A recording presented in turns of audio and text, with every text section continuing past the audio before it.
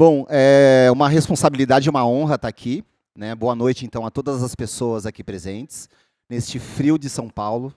Eu sou daqui, mas não moro mais aqui. Eu não acostumo com esse frio, não tem jeito. Baixou de 20 graus, eu já acho que é o colapso humano, mas enfim. Estamos aqui nesse frio. Um prazer inenarrável estar aqui com o seu Ney Lopes.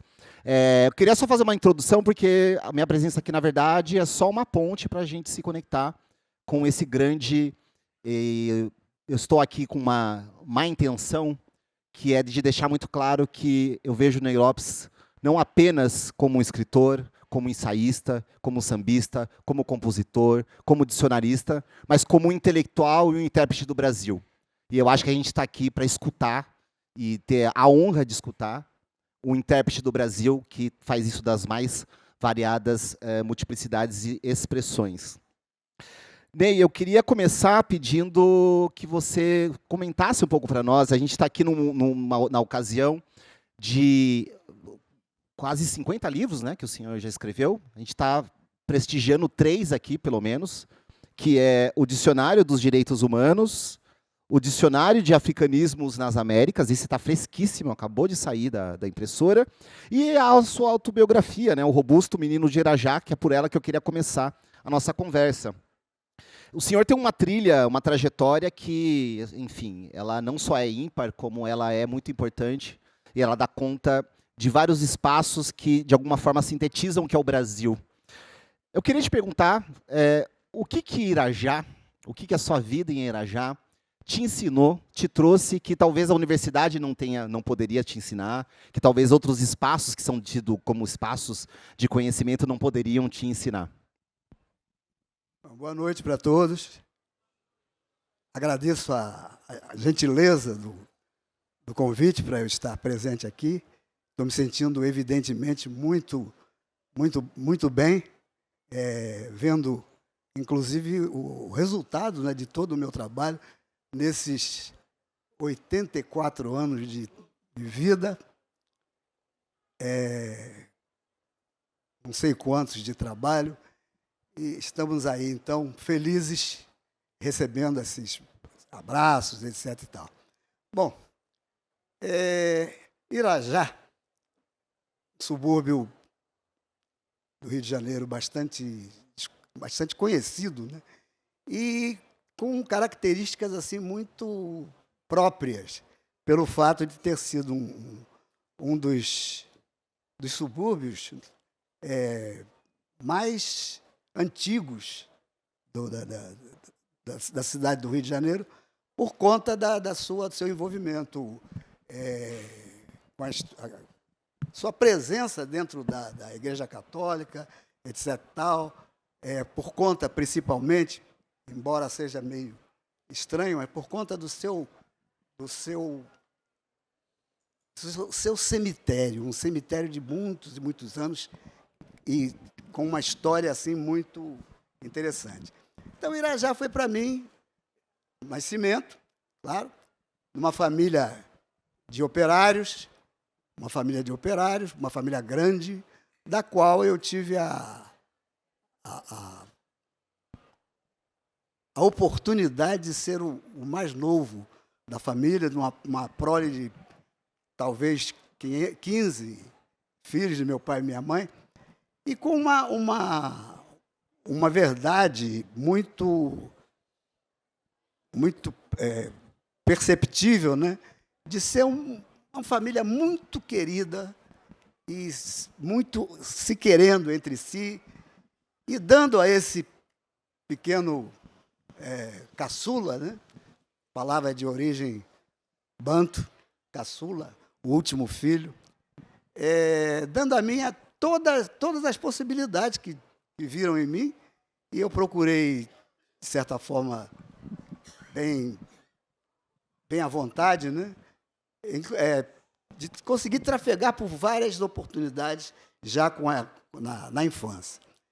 Desenhando, dançando, cantando e até, de certa forma, compondo também.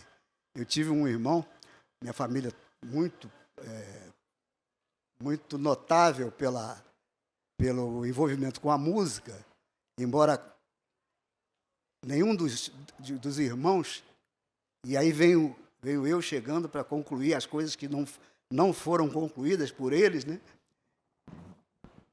Excelentes músicos e nunca profissionais, inclusive porque, há tempos atrás, o fato de ser músico não tinha muito brilho, né? Aquela coisa de achar até que todo músico é vagabundo, faz nada, violão embaixo do braço e tal. E eu percebi também muito cedo que isso não era verdade. E caminhei dentro disso e em outras oportunidades também. Então, a família é fundamental nesse meu trabalho. Me empresta aqui o livro, por favor. O robusto, entre aspas, menino de Irajá, Ney Lopes, doces lembranças, eternas saudades. Uma autobiografia, de um modo geral, quando você... fulano escreveu a sua biografia, sempre cheira muito aquela coisa de vaidade, mostrar-se, etc, etc, etc. Isso não apareceu em nenhum momento. Eu estou aqui tendo a honra de ter o grande incentivador e o grande criador também, junto comigo, dessa obra, o professor Luiz Ricardo, da UERJ, para quem eu peço uma salva de palmas. Ele teve a ideia e me ajudou muito a gente completar isso. Completamos em pouco mais de um ano, recorrendo a toda essa história que eu acabei contando aqui, fora dessa perspectiva de vaidade, mostrar, não. É uma ideia, um painel de um garoto nascido no Irajá, muito pequenininho, nascendo, vai, não vai, causando... Pequenininho ainda sou, né? Mas, causando... exatamente. E veio daí o robusto, né? Uma brincadeira dos colegas do meu pai, que botaram na rádio, no meu nascimento, dizendo que a família se engalanava pelo nascimento de um robusto menino. Quando o robusto foi a mão... Essa é a história da família. O robusto foi a mão de uma das irmãs, escorregou, caiu, quase que acabou ali naquele momento, de tão robusto que ele era. Mas, então, é o prazer de ver isso hoje, num livro muito bem composto, um livro muito bem ilustrado, um livro de verdade mesmo, onde essa história é contada, mas não é só ela que é contada. É contada uma parte, evidentemente, dos problemas sociais, né? Do envolvimento na vontade de transformar essas coisas, etc. e tal. E está aí o livro, vamos conversando hoje sobre ele, com enorme prazer de vê-lo também nessa linha, né, de meu trabalho, que já conta com mais de 50 livros publicados, 55, se não me falha a memória, com esse, num espaço de uns 30 anos por aí, mais ou menos, e fazendo exatamente com muita vontade de mostrar, muita vontade de saber, de aprender, muita coisa que eu escrevi nesses meus 55 livros, eu escrevi aprendendo de várias possibilidades de trabalho. Então é isso, a gente conversar agora sobre isso. Temos aqui um grande tradutor todas essas questões. Uma palavra, ele. Obrigado, seu Ney. E eu aproveito E eu aproveito para lembrar vocês que neste sábado agora, né, dia 6, vai ter o lançamento aqui em São Paulo dessa autobiografia. Vai ser lá na Livraria Expressão Popular, que fica ali em Campos Elíseos. Lugar delicioso. Vai ter lançamento, vai ter uma mesa de conversa, vai ter feijoada e vai ter roda de samba. Aliás, lançamento de livros sem roda de samba não dá, né? Então, Instituto Glória Samba, exato. Samba maravilhoso, então fica o convite para vocês, a partir das 13 horas esse sábado, dia 6, lançamento da autobiografia. Eu vou aproveitar a questão da biografia, porque eu acho que toda biografia ela tem um quê de um mapa afetivo. Não só dos lugares por onde a trajetória de alguém passou, mas a trajetória das pessoas com que essa pessoa se relacionou, e dar visibilidade para essa vida, para essas histórias, para, enfim, né? No caso do senhor, é um mapa afetivo não só do Rio de Janeiro, tanto o subúrbio quanto o centro, mas o Brasil como um todo. Mas para um ponto que o senhor, na sua trajetória, tem muito importante, que é a importância de discutir autoria e discutir direitos autorais. Porque muitas vezes a gente acha que falar de autoria é falar de vaidade, quando, na realidade de nós, pessoas negras, a gente está falando de trazer à tona, né, de ir contra o apagamento que existe de pensadores, pensadoras, intelectuais negros como a gente tem na história. Eu queria ouvir um pouquinho do senhor sobre a importância da autoria na sua história, porque essa autoria está não só nos seus livros, ensaios, mas está no samba, está nas suas letras, né, como compositor, e como isso, de alguma forma, ajuda a gente a conhecer, reconhecer e respeitar a história de muitas pessoas negras nas cidades, subúrbios e lugares do Brasil afora.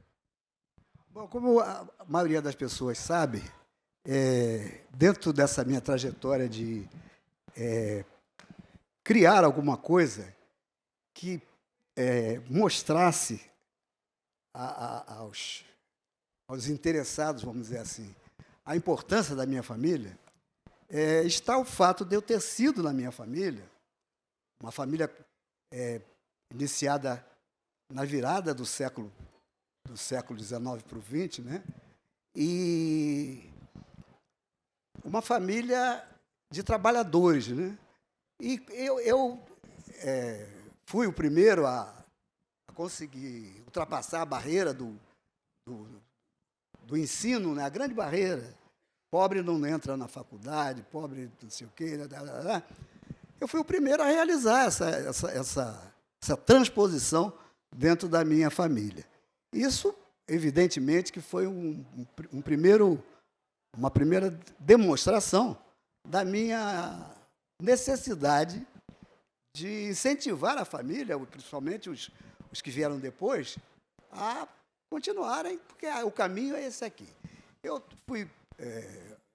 fiz um curso de Direito, na época, a melhor faculdade do Rio de Janeiro, Faculdade Nacional de Direito da Universidade do Brasil, na época, hoje o USFRJ. Então, essa possibilidade de ter entrado para a faculdade, que foi considerada na época, para nós pobres, nós negros, era muito difícil. Era muito difícil. Eu vivenciei isso dentro da faculdade. E me formei na década de 60, numa circunstância ruim. Daqui a pouco, 2 anos depois, o Brasil caía entregue numa ditadura das mais terríveis que houve, principalmente pelo silêncio das vozes populares, né? Rádio não dizia nada, não contava nada, ninguém sabia nada do que estava acontecendo, e a gente estava sendo massacrado ali por uma ditadura militar de uma maneira muito, muito, muito terrível. E eu tive participação nesse trabalho, dentro das minhas possibilidades, e me formei em Direito. E durante um pouco tempo, eu exerci a profissão de advogado, indo ao fórum, trabalhando com advogados mais velhos, etc. Tal. Num certo momento, montando um pequeno dicionário para mim, dentro do Irajá, que foi uma das razões também para, vamos dizer assim, para o meu insucesso dentro dessa carreira, Porque é uma carreira de universidade, carreira de advogado, você tem que ter um tio advogado, tem que ter tido alguém que... E eu não tinha nada disso. Então, evidentemente, que não deu certo. Deu certo, 3 anos não é nada. E aconteceu uma coisa, foi meu ingresso nessa carreira da música, principalmente, né? Onde eu tomei um contato com uma espécie de direito que tinha muito a ver também com o que eu gostava, em termos de vivência, etc. e tal, e de trabalho também. Eu, desde bem pequeno, além das melodias que vieram depois, eu já fazia uns versinhos e tal, e foi sendo aí trabalhado o meu futuro. E esse futuro me levou, quando eu me tornei profissional da música popular,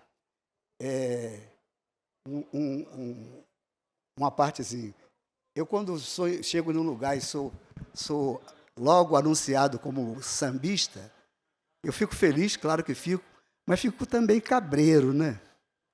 Será que está falando para me exaltar ou para me desclassificar? Isso acontece muito. É uma coisa que é bom que as pessoas observem. Então, eu fui na minha caminhada de compositor de música popular, de repente eu fui convidado para ser membro diretor de uma entidade que cuida de direitos autorais. Então, as coisas foram se encaixando, né? E, quando eu abandonei a advocacia, a família ficou triste. Ah, mas que é isso? Não, eu vou procurar o meu trabalho dentro da minha possibilidade também, da criação. Vou cuidar de criação. E acabei sendo um profissional da música, mas com conhecimento dos problemas, evidentemente. E eu tenho fico muito feliz quando digo isso, e acrescento uma frase que eu já disse publicamente várias vezes nas premiações que eu tive, como, por exemplo, como doutor honoris causa, lá no minha antiga faculdade, na UERJ, etc. e tal, eu digo o seguinte: eu abandonei a advocacia, mas não abandonei o direito. O direito está acima de tudo. Então, deixei a profissão de advogado, mas sou uma pessoa que preza bastante mais o que é o direito. Direito é uma coisa que chega, às vezes, ao ponto de ser algo espiritual, algo de excelência por excelência. Ser um profissional do direito, de qualquer maneira, isso é importante, principalmente para aqueles que sabem utilizar o direito e não transpassar ou jogar para trás o que é importante do direito. É isso. Então, para mim, o direito tem essa primazia. Como diziam os romanos, né?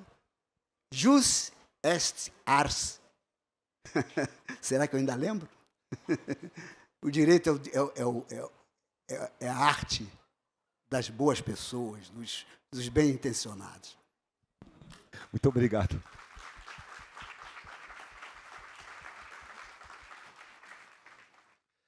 Alargando, inclusive, né, o que significa exercer o direito. É fenomenal isso.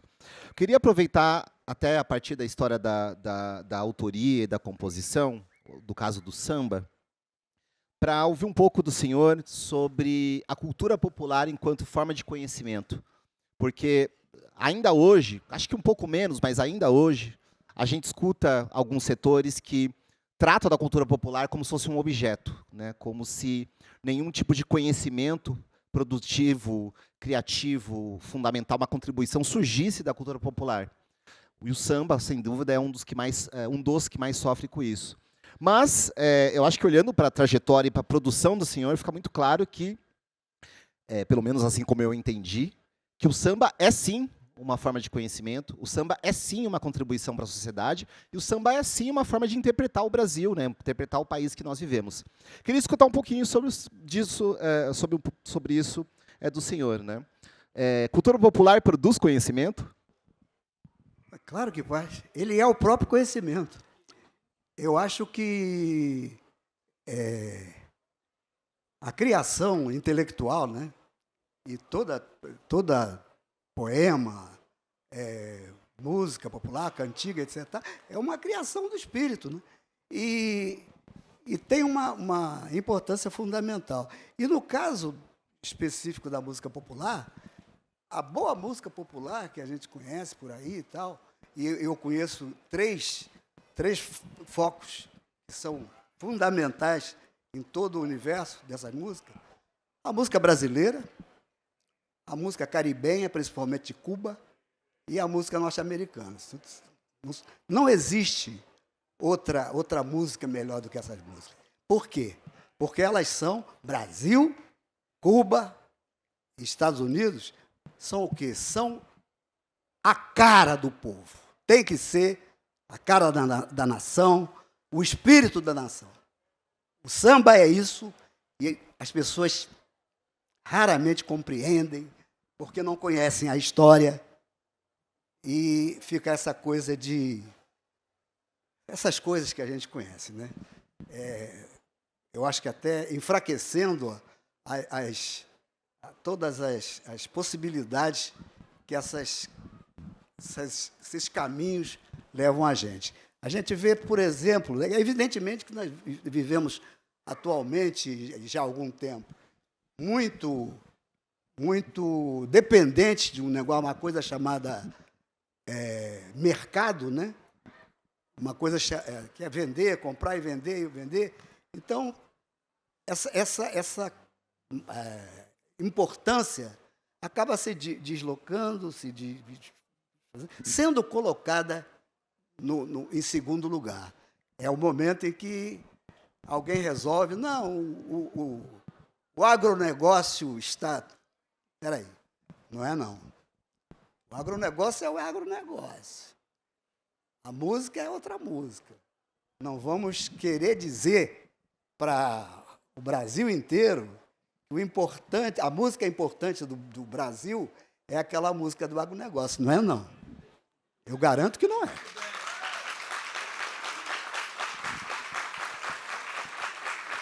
Não é mesmo. Certeza absoluta.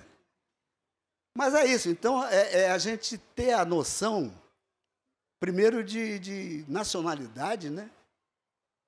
Não patriotismo ou patriotada. Não. Nacionalidade. Eu sou um nacional desse país. Toda a minha ancestralidade, depois de África, vem na brasilidade. Conheço, leio, me procuro estar em dia com as coisas que acontecem. Então, é a questão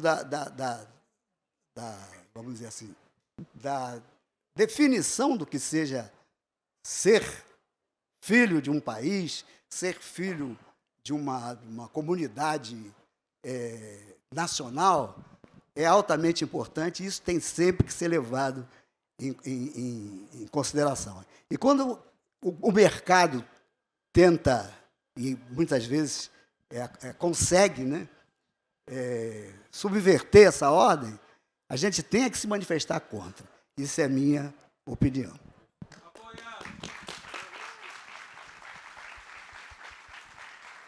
Perfeito. Muito obrigado, seu Ney. Seu Ney, eu queria falar um pouquinho sobre os dicionários que o senhor escreveu.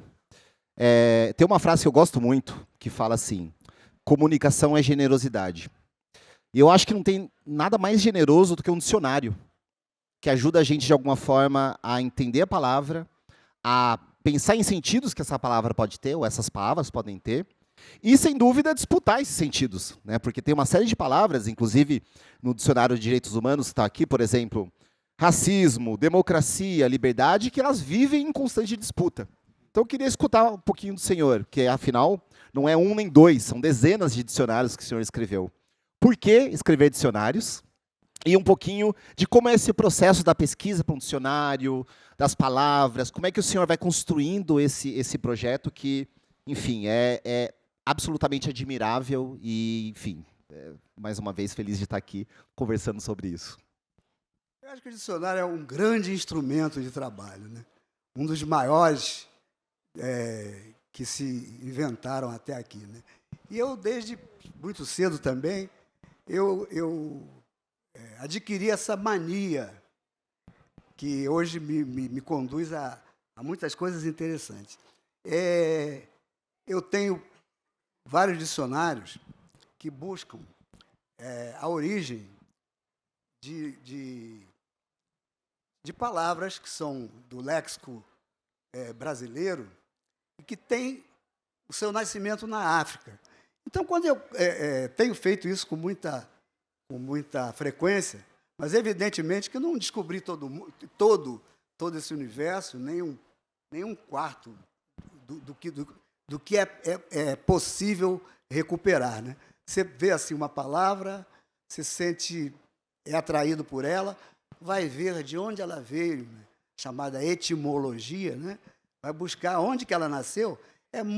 Para mim, eu fico engrandecido, fico feliz, agradeço a todas as possibilidades que eu tenho, inclusive as espirituais, de estarem me dando esse prazer de descobrir essas coisas. Eu tenho, acho que, talvez talvez 8, não sei. No momento atual, estou trabalhando em outro dicionário, sempre dentro dessa perspectiva, principalmente nas minhas ligações com a África, as minhas ligações com Cuba, as minhas ligações com os Estados Unidos. Eu tenho buscado muito isso e, inclusive, por favor, nesse aqui a gente uma coisa fininha aqui, 100 e poucas páginas, onde a gente descobre coisas inimagináveis, né? Eu vou buscar aqui uma palavra. Esse dicionário é o dicionário de africanismos nas Américas. Africanismos é qualquer palavra nas Américas, lá onde seja, que tenha uma história africana. Palavras com história africana. Eu aprendi, né, lendo, claro, e abro aqui exatamente na letra a palavra jazz. O que é jazz? Jazz é o máximo, né, da música popular norte-americana. Vou ler o verbete para vocês acho que vão gostar. Gênero musical nascido nos Estados Unidos entre os séculos 19 e 20, da combinação de elementos de várias tradições musicais, sobretudo as criadas pelo povo negro em cidades norte-americanas de forte presença afrodescendente, sobretudo Nova Orleans, New Orleans. Segundo Thompson é um autor que descobriu essa preciosidade. Segundo Thompson, aí vou buscar o nome quem é o autor, o que escreveu, lá no final do livro, isso é a forma. Segundo Thompson, a palavra é uma provável criolização, quer dizer, uma transformação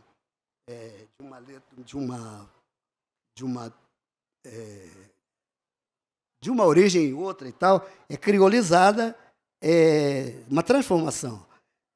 Vem de um termo jazz do Kikongo, língua dos povos bantus africanos. E essa palavra, no Kikongo, de Angola, etc., sugestivo de vitalidade e derivado de uma outra palavra, dinza, para chegar a jazz, que tem, segundo esse autor, como resolução, né, como origem, emissão de sêmen no ato sexual. Jazz. Tudo isso por conta de a execução, falando sério, parece não é nada porno, nada disso. Tudo isso por conta da execução desse gênero musical, hoje apreciado em âmbito global, ser, em diversos aspectos, motivo de grande prazer, principalmente para os músicos que o executam.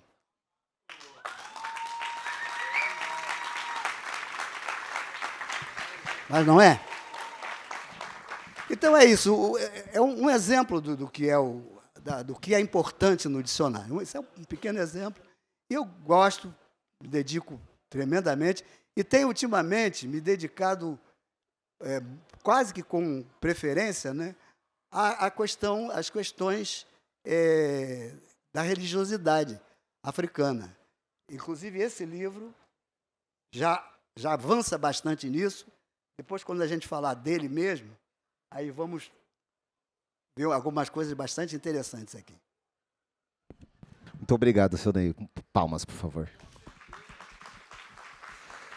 Eu quero, inclusive, emendar nessa questão, porque na forma como a discussão da religião, especialmente o IFA, aparece nas suas publicações, aparece, essa palavra fica... Eu não consigo desatrelar essa palavra do Senhor. Ela aparece de uma maneira generosa para contribuir e transmitir para as pessoas o que significa a visão, o que significa essa cosmologia. E eu queria ouvir um pouquinho sobre o lugar de compartilhar esse conhecimento, que está no sistema religioso, mas, no fundo, também está num sistema de vida, né, de uma cosmovisão.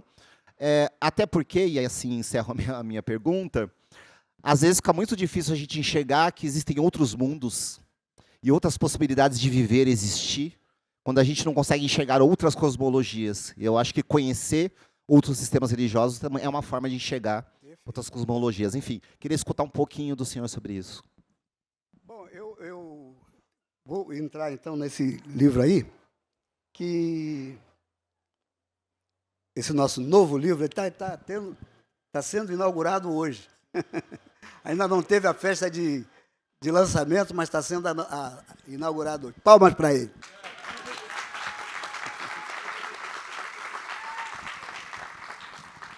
Hoje, ao me preparar para cá, já estava em São Paulo, aí me lembrei que eu só tinha um exemplar desse livro, e ontem, numa desarrumação lá em casa, não tive como trazer. Aí fiz rapidamente, um esboço aqui do que esse livro aí representa.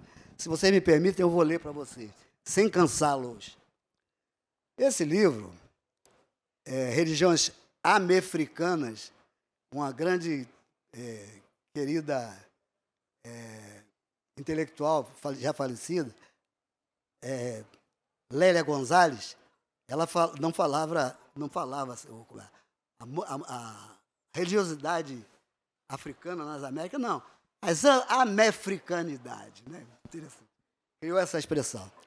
Esse livro pretende mostrar, esse livro aí, a abundância das religiões trazidas para as Américas nos 3 séculos, hein, de duração do tráfico negreiro entre a África Ocidental,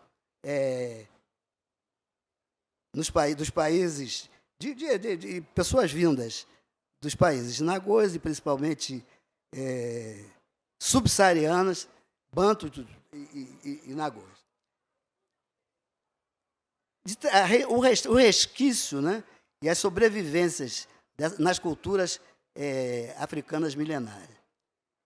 Essas sobrevivências dessas letras, dessas músicas, desses nomes, são visíveis e perceptíveis em diversas modalidades de cultos e crenças, ainda até hoje, né? Depois de 300 anos de brabeza, isso permanece ainda, sobretudo em países como Cuba, Brasil, núcleos culturais próximos. Exemplo importante são as sobrevivências do candomblé no Brasil, na santeria em Cuba e países vizinhos, inclusive os Estados Unidos, né, a partir de nossa amostra, por exemplo, os africanismos dos léxicos que vão até hoje, são até usados em nossos ambientes religiosos, etc. e tal. Este é o exemplo também do voodoo, espécie de religião que, na origem, guarda diversas expressões encontradas em algumas pesquisas arqueológicas em práticas da antiguidade egípcia. Voodoo tem ligações com o Egito e, para quem gosta de geografia, é bom perceber que a África, o Egito fica dentro da África, né? Tem gente que, não, mas como é que pode? Não, é assim, é assim. E as contribuições são enormes. Então,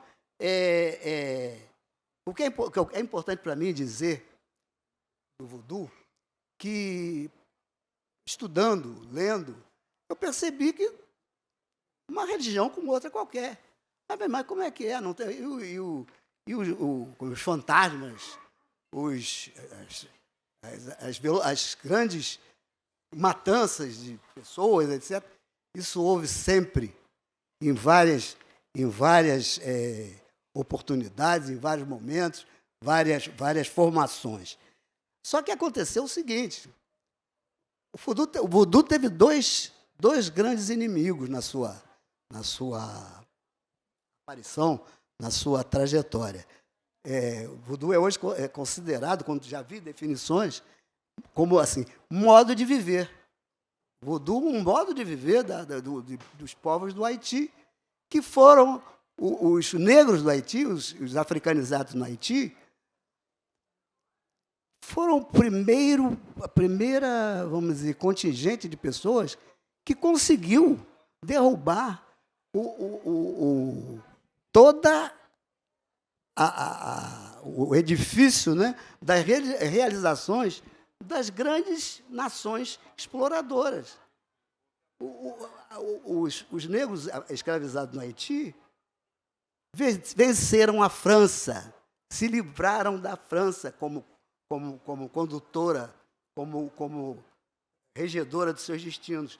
Isso mexe até hoje, dentro de todas as sociedades, por causa de como uma sociedade de negros conseguiu acabar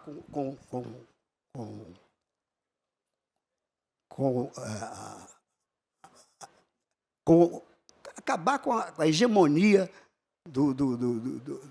dos franceses, né, vamos dizer assim. Então, isso provoca uma grande confusão, uma grande vontade de ser racista, né? Inclusive racista antinegro, toda uma história. E, recentemente, eu tive a oportunidade de ver, num dos livros que eu escrevi, que, num certo momento do Haiti, a Santa Madre Igreja, né, católica apostólica romana, fez um contrato com os haitianos, com o governo haitiano, para acalmar, parar com aquilo que... Vê a importância que isso tem, né? Então, a gente vai estudando, procurando daqui, procurando daí, vai vendo que é importantíssima esse episódio da africanidade, essa degradação que foi feita com as comunidades negras, que se reproduzem até hoje, em tudo de racismo e etc., tal, que a gente conhece, vem de toda essa época. E o cinema americano, no seu início, o que fez com essas coisas? Pintou uma tela do Haiti como sendo um país de animais, né? Todas essas coisas loucas magias estranhas, vem tudo do cinema norte-americano também, e colaborou para isso. Então, se eu tenho a oportunidade, não de mudar, infelizmente não tenho esse dom de mudar as coisas, mas de pelo menos colocar meu dedo na frente apontando, isso eu vou fazer enquanto eu puder. E essa é a caminhada desse livro, onde, sinceramente, nós vamos ter a oportunidade de descobrir muita coisa. Muito obrigado. Eu tenho mais 2 perguntas e depois eu vou também dar a oportunidade para o público fazer perguntas. Como está acontecendo, né? Tem pessoas aqui do lado, alguma coisa assim. Aí vocês anotam num papelzinho e aí passa e eu leio, ok? As minhas 2 últimas perguntas, vou fazer uma de cada vez, claro, mas elas vão para um lugar mais de escutar o senhor. Vou repetir algo que eu trouxe no início da conversa. E aí, inclusive, já dou spoiler que provavelmente vai ter um texto aí em algum momento sobre isso, na 451, do lugar do senhor como intérprete do Brasil. Afinal, a gente está aqui prestigiando não só o que o senhor escreveu, suas obras, mas o legado, uma contribuição de pensar o país, de conhecer o país, de mergulhar no país, de maneiras que nem sempre aquilo que a gente costuma chamar de intérprete do Brasil, os ensaios, né, dos pensadores, o panteão do pensamento social brasileiro, deu conta, né? O samba, muitas vezes, conta muitas coisas sobre o país, e isso não está no ensaio, isso não está ali naquele que a gente chama de panteão. Eu queria escutar do senhor, e aí uma pergunta, acho que quase que pessoal, contemplando o legado do senhor, contemplando essa contribuição do senhor, como que o senhor gostaria que as próximas gerações falassem sobre o senhor? Qual é a palavra, talvez, que o senhor usaria para que você gostaria que descrevessem quem é e quem foi Ney Lopes? Toda vez que me perguntam isso, eu me lembro de uma coisa muito engraçada. Eu durante um bom tempo, vivi num bairro delicioso do Rio de Janeiro, que me emociona, inclusive, que é Vila Isabel. É um bairro maravilhoso, é um dos berços do samba também. E eu tinha lá uns amigos e tal. Um dia disse para mim assim, de brincadeira, claro, né? Falei, você não está com nada não, rapaz, você é um otário com sorte. Achei ótima coisa. Abracei ele, rapaz, você tem toda a razão. Um otário com sorte. Mas eu sinceramente, agora, sim, com sincero, eu queria que, na hora em que isso acontecer e tal, de eu ser outra matéria, né? Ou não ser mais matéria,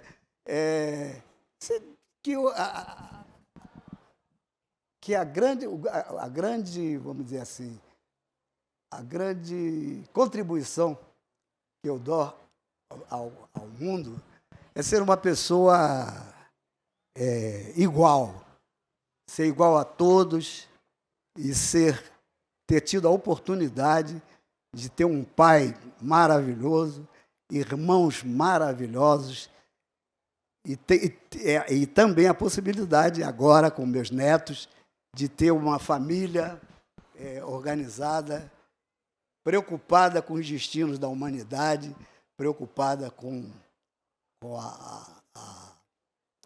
o bem-estar geral, né? Isso é mais do que ser um otário com sorte.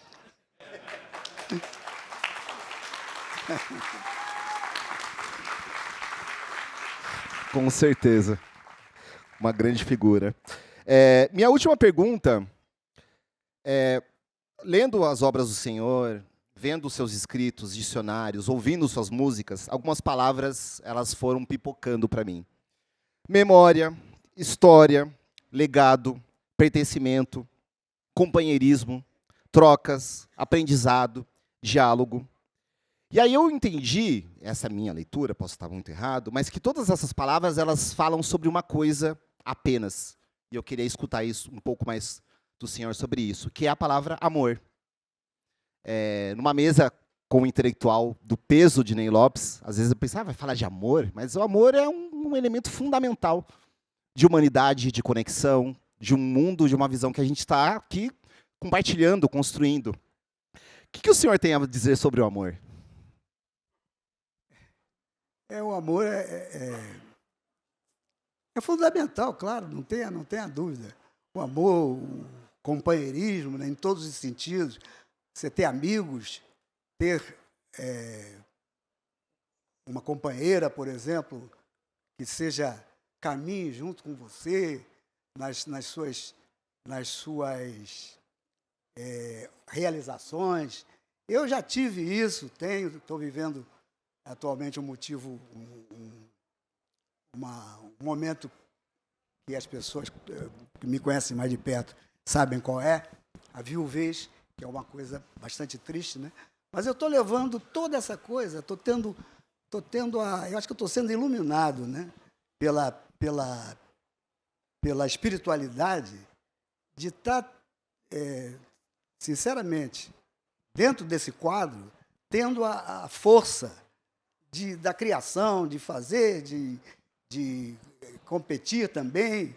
Isso em homenagem àquela pessoa que se foi, que eu tenho certeza que, se estivesse comigo ao meu lado ainda, estaria certamente vibrando da mesma forma que eu estou aqui. Então é isso, o amor eu acho que é basicamente isso. É a troca, né? É a troca dos sentimentos, etc. É o estar junto, é o trabalhar junto, é trabalhar no direito de alguma coisa que vai acontecer daqui a pouco e está lá. Eu estou muito tranquilo, né? Depois de um momento bastante triste, mas estou tranquilo com isso. Estou vendo que as coisas estão caminhando para uma acomodação, né, de toda do sentimento, de essa doçura que a gente tinha e tal. Está tudo certo, está tudo escrito. Já está escrito lá. É isso.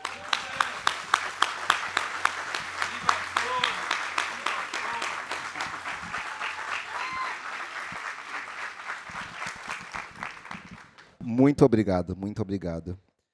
Bom, temos aqui momentos finais, algumas perguntas que vieram do público. Eu vou ler uma por vez, pode ser? A primeira que veio aqui. Que emoção te ouvir, doutor Ney Lopes, grata. O senhor organizou um livro sobre 100 personalidades negras. Pode falar um pouco sobre a riqueza dessas pessoas e relações desse livro, 100 personalidades negras? Qual o livro que ela refere aqui?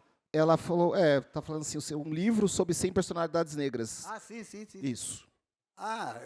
Eu tenho já 2 livros assim, nesse caminho. Um foi sugestão da editora, já tem, não estou com a data aqui, mas um livro que a gente intitulou de Afro-Brasil Reluzente. São 100 personalidades de negras do século XX. Aí eu fiz a editora me encomendou, eu fiz no tempo certo em que tinha que sair, pesquisei, etc. e tal, e coloquei lá as pessoas que eu considero realmente fundamentais, né, suas realizações durante o século XX. E tem muita gente desconhecida, mas, de certa forma, a maioria razoavelmente conhecida. Nosso Abdias Nascimento, que você conheceu bem, uma figura importantíssima na política brasileira, né? Na cultura brasileira, e uma pessoa que na época foi muito discutida, né? Eu botei o Pelé como uma figura do século. Mas o Pelé não. Ele o negro que não se preocupou com a negritude. Esse é um problema, pequeno, eu acho que é pequeno, uma coisa dele. Mas que foi o maior, foi o rei do futebol, foi. Tá bom. Então, dentro do que ele se dispôs a fazer na vida, foi o maior. Dentro daquele pedaço dele e tal. Meu critério de escolha nesse livro foi esse. Foi, evidentemente, que é possível que algumas outras pessoas não concordem com outros eleitos, né? Mas a minha ideia foi essa e eu acho que eu cumpri bem. O livro teve lá cumpriu a sua finalidade. Não foi nenhum best-seller, mas marcou um pouquinho. E é isso que a gente vai fazendo sempre. Muito obrigado. Temos mais uma aqui. Boa noite, seu Ney. Sorte a nossa que o senhor foi um otário com sorte. Gostaria de saber qual samba te marcou. Deus te abençoe. Samba meu ou do Está em aberto. Pode ser o do senhor, pode ser o do senhor. Bom, primeira coisa que eu sempre gosto também de dizer, que quando você fala samba, o mercado, né, nós já falamos aqui, gosta de colocar nome, né, de nomear tudo aquilo. Então, isso aqui. Então, a gente tem que ter o cuidado primeiro, quando fala em samba, para não botar logo na cabeça a escola de samba e o carnaval. Samba não é carnaval. Samba não é só escola de samba. Antes de haver escola de samba, já havia o samba. Antes de haver carnaval, já havia o samba também. Então, tem que ter cuidado. O que é um samba? Porque um samba, para mim, é uma composição musical criada dentro dos padrões de brasilidade, né? E abordando qualquer assunto que seja do autor, né? Eu tenho muitos sambas, muito mesmo. Tem momentos da história musical brasileira que são maravilhosos, né? Então, o samba, para mim, é isso. O samba é o Brasil musicado, mas bem feito e fora do interesse meramente pecuniário. Isso é fundamental que se tire também. Quando você faz um samba, está pensando só, exclusivamente, em que ele seja um campeão de vendagem, qualquer coisa assim, aí já, com certeza, não vai dar muito certo. É aquele que cai na mente, na boca dos interessados, vamos dizer assim. Esse é o samba bom, esse é o samba que eu gosto.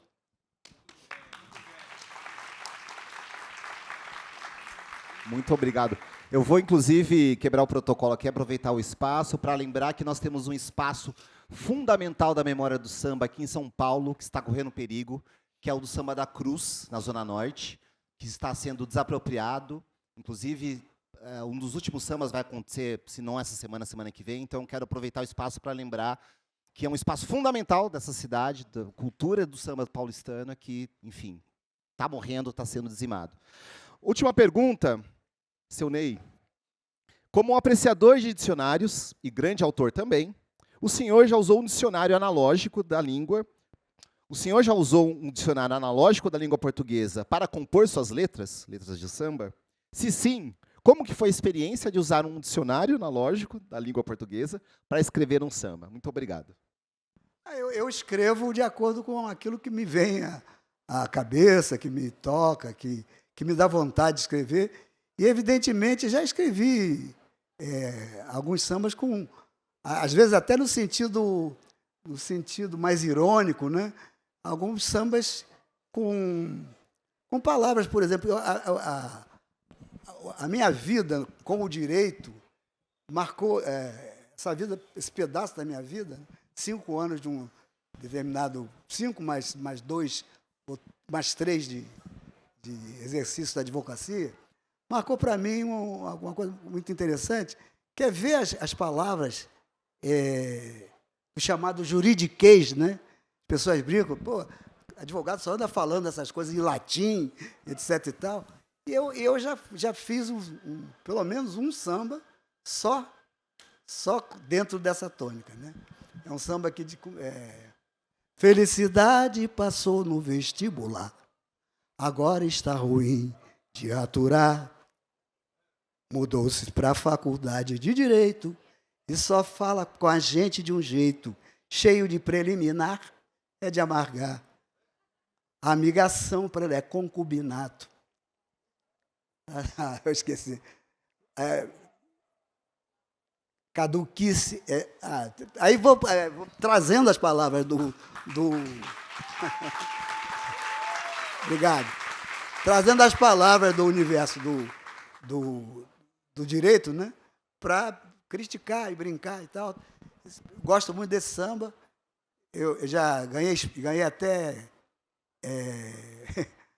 até grandes abraços aí de grandes juristas por causa disso. E é brincadeira. Eu gosto de brincar.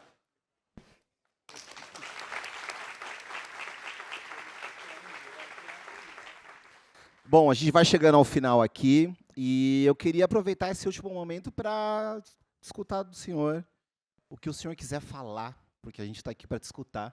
E agradecer enormemente essa alegria, essa honra de estar aqui numa noite, podendo escutar o senhor, podendo conversar com o senhor, podendo trocar com o senhor. Enfim, vou deixar momentos finais para o senhor dizer absolutamente o que o senhor quiser. Estamos aqui para te escutar. O que eu acho importante nesse momento é que nessa semana, até o sábado, ainda temos mais comemorações do lançamento da nossa autobiografia, né? E de uma maneira bem descontraída e do jeito que a gente gosta. Cantando samba, comendo feijoada. E é isso que eu precisava dizer. Vou ter muito prazer em encontrar uma plateia tão bonita e tão amorosa quanto essa, nessa nossa farra. Vou ter a oportunidade de cantar os sambas direitinho. Vocês certamente conhecem alguns. O repertório de Dona Alcione, boa parte, principalmente no início dela, né? Gravou muita coisa minha, Clara Nunes, Bete Carvalho. O samba brasileiro me cantou e eu canto também o samba brasileiro. Então, vai ser muito bom ter a plateia lá.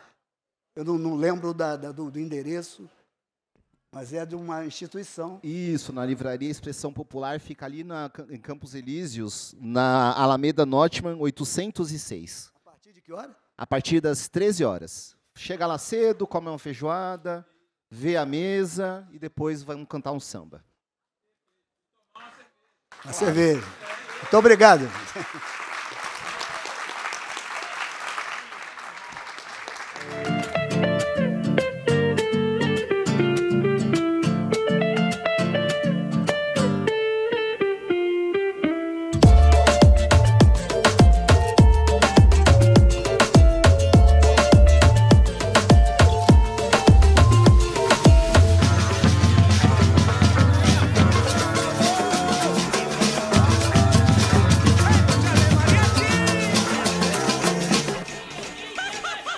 Sejam todos e todas bem-vindos à Feira do Livro 2026.